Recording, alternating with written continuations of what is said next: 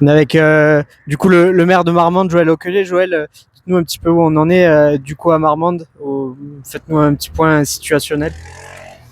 Mais la crue progresse, la Garonne continue à monter. On va être pas loin des 9,50 m plutôt en fin d'après-midi, ce qui veut dire que le pont, le deuxième pont, puisque le premier pont, le pont suspendu est fermé, et le deuxième pont sera fermé aussi.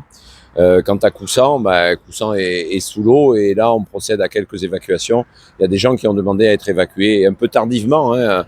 Nous sommes passés 2 fois les voir hier pour leur dire, mais bon, tant qu'ils voient pas l'eau, les gens ils réalisent pas. Donc là, les pompiers sont partis évacuer, et les services de la mairie sont partis aussi porter secours, amener des médicaments, ainsi de suite auprès des personnes. Du coup, la D933 pourrait être fermée d'un moment à l'autre, là, c'est ça? Oui, d'ici 2 heures à peu près, je pense qu'elle sera fermée, oui.